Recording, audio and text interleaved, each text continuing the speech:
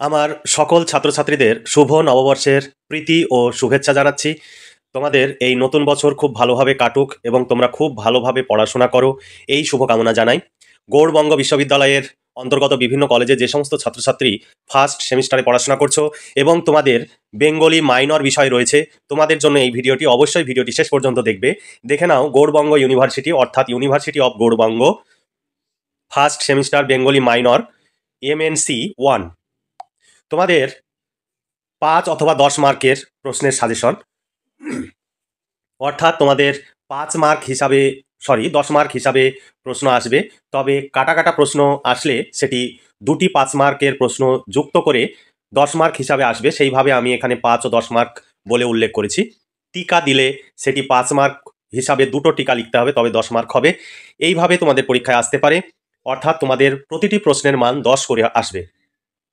23-24 শিক্ষাবর্ষ, অর্থাৎ তোমাদের 23 সালের পরীক্ষাটি 2024 সালে গিয়ে হচ্ছে, সেই জন্য 23-24 উল্লেখ করেছি। এবার চলো দেখে নিই তোমাদের সিলেবাস। এই সিলেবাস অনুযায়ী সাজেশন তোমাদের সামনে উপস্থাপন করব।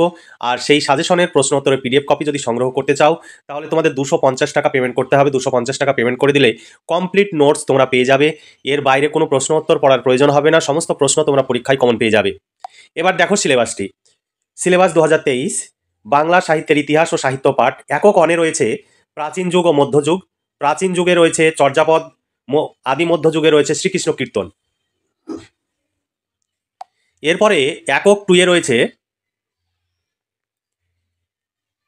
মঙ্গল কাব্যের উদ্ভব, বৈশিষ্ট্য, এই পর্বে রচিত প্রধান প্রধান মঙ্গল কাব্যগুলির পরিচয়, যেমন মনসামঙ্গল, চণ্ডীমঙ্গল, ধর্মমঙ্গল, অন্নদামঙ্গল।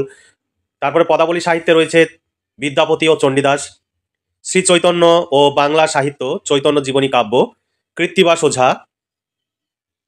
সপ্তদশ শতাব্দীর কবি ও কাব্য, দৌলত কাজী, সৈয়দ আলাওল। তারপরে রায়গুণাকর ভারতচন্দ্র ও তার সাহিত্য, বাউল গান। একক 3-তে রয়েছে আধুনিক যুগ।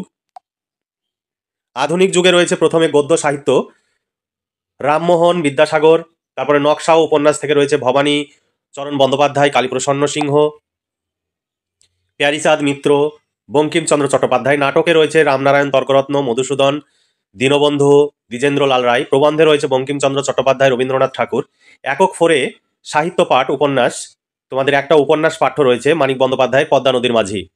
বড় একটি উপন্যাস, সেই উপন্যাসটি তোমরা অবশ্যই পারলে পড়ে নেবে। আর এই পুরো সিলেবাসের উপরে আজকের যে সাজেশন, সেই সাজেশনটি এবার তোমরা দেখে নাও। দেখো, প্রথমে প্রাচীন যুগ, চর্যাপদ থেকে প্রশ্ন, ভীষণ ইম্পর্টেন্ট। এখান থেকে একটি প্রশ্ন আসবেই তোমাদের পরীক্ষায়। চর্যাপদের পুঁথিটি কে, কবে, কোথা থেকে আবিষ্কার করেন? চর্যাপদের সাহিত্য মূল্য বিচার করো। ভীষণ ইম্পর্টেন্ট প্রশ্ন এটি। 2 নম্বর প্রশ্ন, চর্যাপদ কে কত খ্রিস্টাব্দে আবিষ্কার করেন? চর্যাপদে প্রকাশিত আর্থ সামাজিক জীবনের পরিচয় দাও। 3 নম্বর প্রশ্ন, চর্যাপদ কার সম্পাদনায়, কোথা থেকে প্রকাশিত হয়? চর্যাপদের কতজন পদকর্তা কতজন বা কয়জন? চর্যাপদের সাহিত্য মূল্য নিরূপণ করে বাংলা সাহিত্যের ইতিহাসে এর গুরুত্ব আলোচনা করো। অর্থাৎ তোমাকে সাহিত্য মূল্য বিচার করতে হবে এবং এর যে বাংলা সাহিত্যে চর্যাপদের গুরুত্ব, সেটি তোমাকে লিখতে হবে। এই সমস্ত প্রশ্ন, এই 3টি প্রশ্নের মধ্যে একটি প্রশ্ন পরীক্ষায় তোমাদের অবশ্যই থাকবে। 100% এই 3টি প্রশ্নের মধ্যে একটি প্রশ্ন পেয়ে যাবে 10 মার্ক হিসাবে। এরপরে দেখো, শ্রীকৃষ্ণ কীর্তন কাব্য থেকে প্রশ্ন। 4 নম্বর প্রশ্ন, শ্রীকৃষ্ণ কীর্তন কাব্যটি কে, কবে, কোথা থেকে আবিষ্কার করেন? এই কাব্যের মূল চরিত্রগুলির নাম লেখো। এই কাব্যের আধা চরিত্রটির সংক্ষিপ্ত পরিচয় দাও। এটিও 10 মার্ক হিসাবে। তোমাদের বিগত বছরে যে সমস্ত পরীক্ষা হয়েছিল, সেগুলোতে যে সালে যে প্রশ্নটি পড়েছে সেগুলো উল্লেখ করে দেওয়া রয়েছে। তারপরে 5 নম্বর প্রশ্ন, শ্রীকৃষ্ণ কীর্তন কাব্যের আবিষ্কারক রচনাকাল লেখো।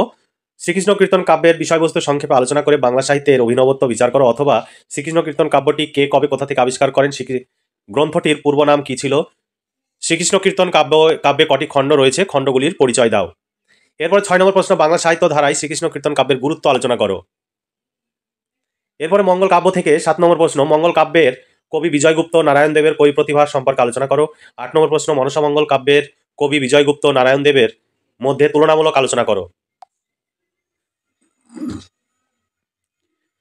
9 নম্বর প্রশ্ন, চণ্ডীমঙ্গল কাব্যের কবি মুকুন্দরাম চক্রবর্তীর আবির্ভাবকাল ও পরিচয় সংক্ষেপে উল্লেখ করে তার কবি প্রতিভার মৌলিকত্বের দিকগুলি বা কবি প্রতিভা বিচার করো। অথবা চণ্ডীমঙ্গল কাব্যে কটি খণ্ড, কি কি, এই কাব্যের শ্রেষ্ঠ কবির কাব্যমূল্য বিচার করো। এরপরে 10 নম্বর প্রশ্ন, ধর্মমঙ্গল ধর্ম ঠাকুরের স্বরূপ নির্দেশ করে যে কোনো একজন বা দুজন কবির কাব্যের শ্রেষ্ঠত্ব বিচার করো। অথবা ধর্মমঙ্গল কাব্যের ঘনরাম চক্রবর্তীর কবি কৃতিত্ব বিচার করো। অথবা ধর্মমঙ্গল কাব্যের কবি রূপরাম চক্রবর্তীর কবি বৈশিষ্ট্য বা মৌলিকত্বের দিকগুলি বিচার করো। তারপর 12 নম্বর প্রশ্ন, ভীষণ ইম্পর্টেন্ট প্রশ্ন এটি।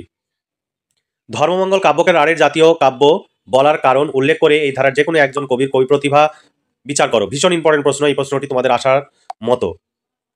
যেগুলোতে বেশি স্টার চিহ্ন দেওয়া রয়েছে সেগুলো ভীষণ ইম্পর্টেন্ট, সেই প্রশ্নগুলো অবশ্যই ভালো করে পড়বে। সেগুলো পড়লেই তোমরা আশা করি 80% কমন পেয়ে যাবে, আর 100% কমন পেতে হলে চেষ্টা করবে সমস্ত প্রশ্নগুলোই দেখে রাখার। 13 নম্বর প্রশ্ন, অন্নদামঙ্গল কাব্যের কবি রায়গোনাকর ভারতচন্দ্রের কবি কাব্যের বিশিষ্টতা বা কবি কৃতিত্বের পরিচয় দাও। অথবা ভারতচন্দ্রের অন্নদামঙ্গল কাব্য রাজকণ্ঠের মণিমালার মতো মন্তব্যটি কার সম্পর্কে করা হয়েছে, তার কাব্য সম্পর্কে উদ্ধৃত মন্তব্যটির যৌক্তিকতা বিচার করো। 14 নম্বর প্রশ্ন, ভারতচন্দ্রের লেখা অন্নদামঙ্গল কাব্যের কটি খণ্ডে বিভক্ত? ভারতচন্দ্রের কাব্য প্রতিভা বিচার করে তাকে যুগসন্ধির কবি বলার কারণ বিচার করো, বা তাকে যুগসন্ধির কবি বলা হয় কেন লেখো। তারপরে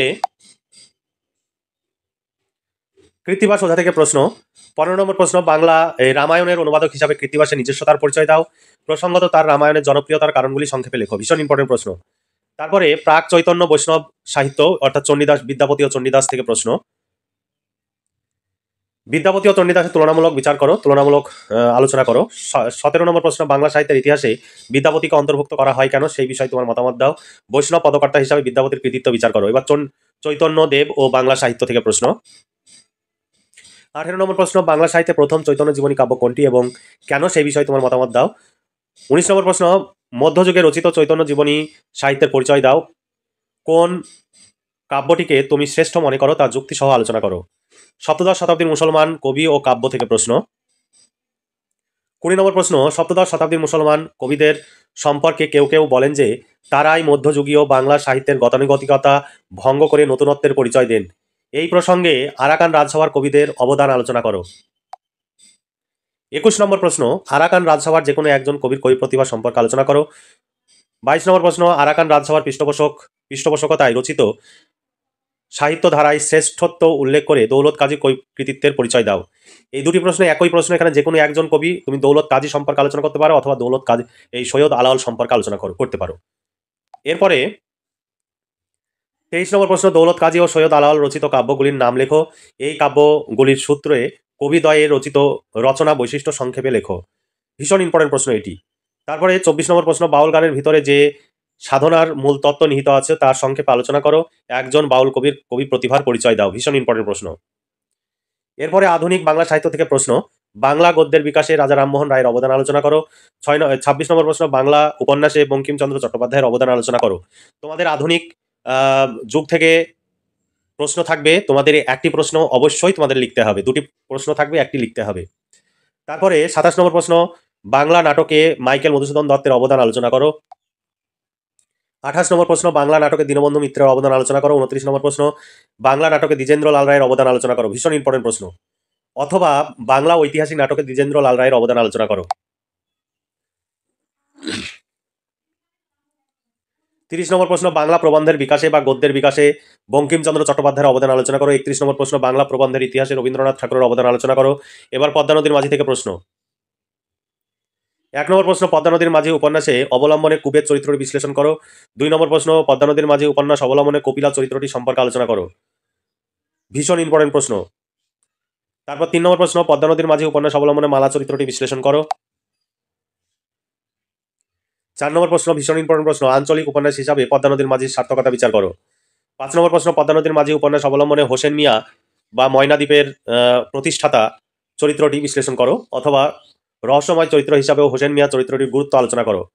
6 নম্বর প্রশ্ন, পদ্মা নদীর মাঝি উপন্যাসের গঠন কৌশল বা কাঠামো সম্পর্কে আলোচনা করো। এই ছিল তোমাদের সাজেশনের প্রশ্ন। এই সাজেশন অনুযায়ী এখানে কিন্তু প্রশ্ন উত্তর রয়েছে পিডিএফ কপিতে, একদম পরপর সিরিয়ালি যেভাবে তোমরা সাজেশন দেখলে সেইভাবে এখানে উত্তর দেওয়া রয়েছে, এবং উত্তরগুলো খুব সুন্দর করে সাজিয়ে গুছিয়ে পয়েন্ট আকারে লেখা রয়েছে। তোমরা যদি এই উত্তর লিখতে পারো খুব সুন্দর মার্ক পাবে। তোমাদের এই নোটসের গুণমান নিয়ে কোনো প্রশ্ন থাকবে না, কারণ অভিজ্ঞ শিক্ষক মণ্ডলী কর্তৃক এই সমস্ত নোটস তৈরি হয়, তাই নোটসের গুণমান নিয়ে তোমাদের কোনো প্রশ্ন থাকবে না বলে আমার বিশ্বাস। তোমরা নিঃসন্দেহে এই নোট সংগ্রহ করতে পারো এবং তোমরা পড়াশোনা করে পরীক্ষার জন্য প্রস্তুতি নিতে পারো। তোমাদের এই প্রশ্ন উত্তরের পিডিএফ কপি মাত্র 250 টাকা পেমেন্ট করতে হবে। একদম কমপ্লিট যে সাজেশন তোমরা দেখলে, এই সাজেশন অনুযায়ী প্রশ্ন উত্তর সব পেয়ে যাবে। তোমাদের কিচ্ছু ভাবতে হবে না যে কোন প্রশ্নটি কত সালে পড়েছিল। আর এই বছর তোমাদের নতুন সিলেবাস এবং সিলেবাস অনেক বড়, যে কারণে অল্প সংখ্যক সাজেশন তোমাদের সামনে উপস্থাপন করা খুবই মুশকিল, সেটা সম্ভব নয়। যে কারণে পুরো সিলেবাসের উপরেই যেগুলো গুরুত্বপূর্ণ সেই প্রশ্নগুলো রেখেছি। তোমরা যেগুলো বেশি স্টার চিহ্ন দেওয়া রয়েছে সেগুলো ভীষণ ইম্পর্টেন্ট, সেগুলো খুব ভালো করে পড়বে, তারপরে কম স্টার দেওয়াগুলো পড়বে, তারপর সম্ভব হলে যেগুলোতে স্টার চিহ্ন দেওয়া নেই সেগুলো পড়ে নিবে। তাহলেই 100% পরীক্ষায় তোমরা একদম কমন পাবেই, এই বিষয়ে কোনো সন্দেহ নেই। তাহলে আজকে এই পর্যন্তই। তোমরা খুব ভালো থেকো, খুব ভালোভাবে পড়াশোনা করো এবং পড়াশোনা করে ভবিষ্যৎ জীবনে সুপ্রতিষ্ঠিত হওয়ার চেষ্টা করো। এই শুভকামনা জানিয়ে আজকের ভিডিওটি এখানেই সমাপ্তি ঘোষণা করছি।